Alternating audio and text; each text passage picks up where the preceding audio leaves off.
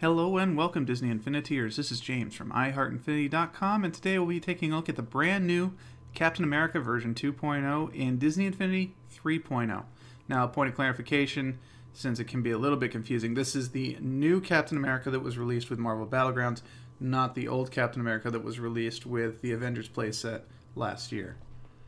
And other than that little caveat, I'm not actually going to talk about the original Captain America figure until the end of this video. So otherwise, everything in here is just about the new figure.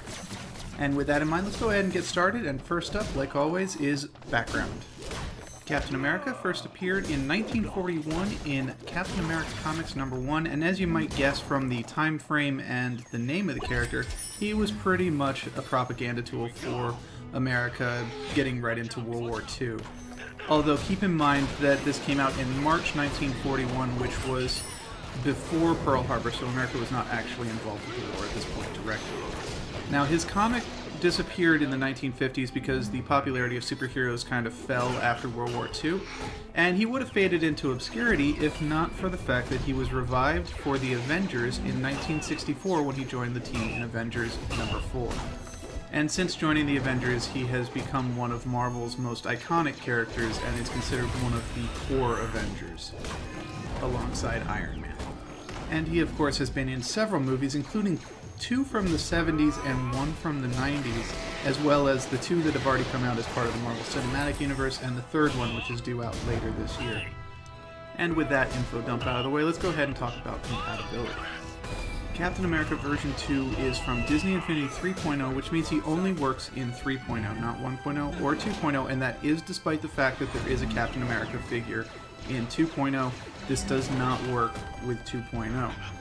Now, in 3.0, he is usable in the Marvel Battlegrounds playset, and in fact, he comes with that playset. And on top of that, you can use him in the Toy Box, which includes Toy Box Takeover and Toy Box Speedway. And lastly, let's go ahead and get started looking at his gameplay. Captain America, like the original one, is pretty much a hybrid character. You can use him both in melee or ranged combat, and there are plenty of options for both play styles. And what's especially helpful is that in either mode, he actually has a lot of area of effect attacks, which makes him pretty effective at crowd control, taking care of a lot of enemies at once, as you'll see in this video. But if you find yourself facing a single boss or more powerful enemies, he's certainly more than capable of going toe-to-toe with just about anything in this game. So really, to put it another way, is he's got a lot of variety in his moves.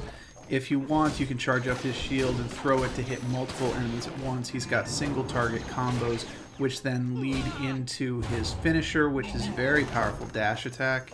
And then on top of those, he has a couple of abilities that are fairly unique to him, such as the ability to jump up in the air and then do a slam attack. Now, all the characters have the ability to do this, but he has a specialized one which does increased amounts of damage, has a larger radius, and is very good for taking out groups of enemies like I just showed you. Now, I followed that up with his special attack, which is a localized AoE where a mysterious beam falls from the sky, strikes his shield, and then, does its AoE. It's cool looking, it does a good amount of damage. It's not the greatest of special abilities, but I'm certainly not going to complain about it either. So for me, I found that with my playstyle, my best bet was to level up his ability to throw his shield and do damage with his shield. He's got the ricochet, but now as an improvement over his previous character, the shield throw will also stun enemies, and it stuns them for a decent amount of time. And you can upgrade the stun length as well, but I found that the base level was sufficient and I didn't need to spend points on making it last longer. And then he also has some abilities where after you use a block breaker attack, which is when you hold the primary attack and he does an uppercut, so like if an enemy is blocking, they'll still take damage, he can follow those up. Like while he's still in the air, you can throw the shield and it will pull the enemy towards you. And then there's another one which I didn't unlock, which lets you lead into an aerial combo. And then, of course, as you just saw, he also has a force push ability, which all of the new Marvel characters seem to have, which is pretty cool. So he's definitely a very powerful figure. He's a lot of fun to play with. The question remains, is he worth getting if you already have a Captain America figure? And I'll come back to that in just a second. We're going to do the skill tree first. So first up, you have his basic health tree, I went and got the regeneration ability, which was always useful. Then you've got the usual increases in health, dodging abilities, etc. But then over here you got the mid-air recovery, and then you have shield deflect. This is basically like the lightsaber abilities for the Jedi, and I absolutely went ahead and did the automatic deflect. And this is a special move. Now what's interesting here is that in his special move column, this is also where you unlock his force push and his finisher move, and I don't know if there are any other characters who have it in this tree. But other than unlocking those, I haven't spent much here.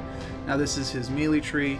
Again, you've got the 2 combo attacks. Now I only unlocked the 1 combo for this video. I went back and got the second one, and I'm glad I did. The second combo is much better than the first one. I was having problems with the first one where I wouldn't be able to trigger the finisher afterwards. So I definitely recommend, if you're a combo player, get the second one. And I went back and shot some video of it, which I've attached to the end of this video if you would like to see the second combo in action. And here's his ranged attack tree. This was what I was talking about, where after the block breaker, he will pull the shield back in. Then you've got the shield charge. You can also make it so that the stun lasts longer, and then, you know, some additional damage and so on and so forth.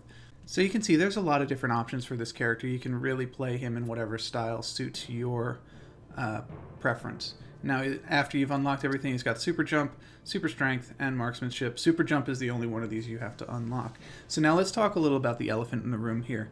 The fact is, this is the second Captain America figure, and if you already have the first one, I don't think you necessarily need to get this one. They're not different enough to warrant the purchase. But that's also not taking into account the fact that this comes with the Marvel Battlegrounds playset, so if you want Battlegrounds, you're going to get Captain America. And you can absolutely believe Disney did that on purpose for that exact reason. So ultimately, I do really like the character. I just wish we had been given a choice about whether or not we wanted to get him, rather than being effectively forced to get him. And that wraps it up. So thank you guys for watching, and we'll see you next time.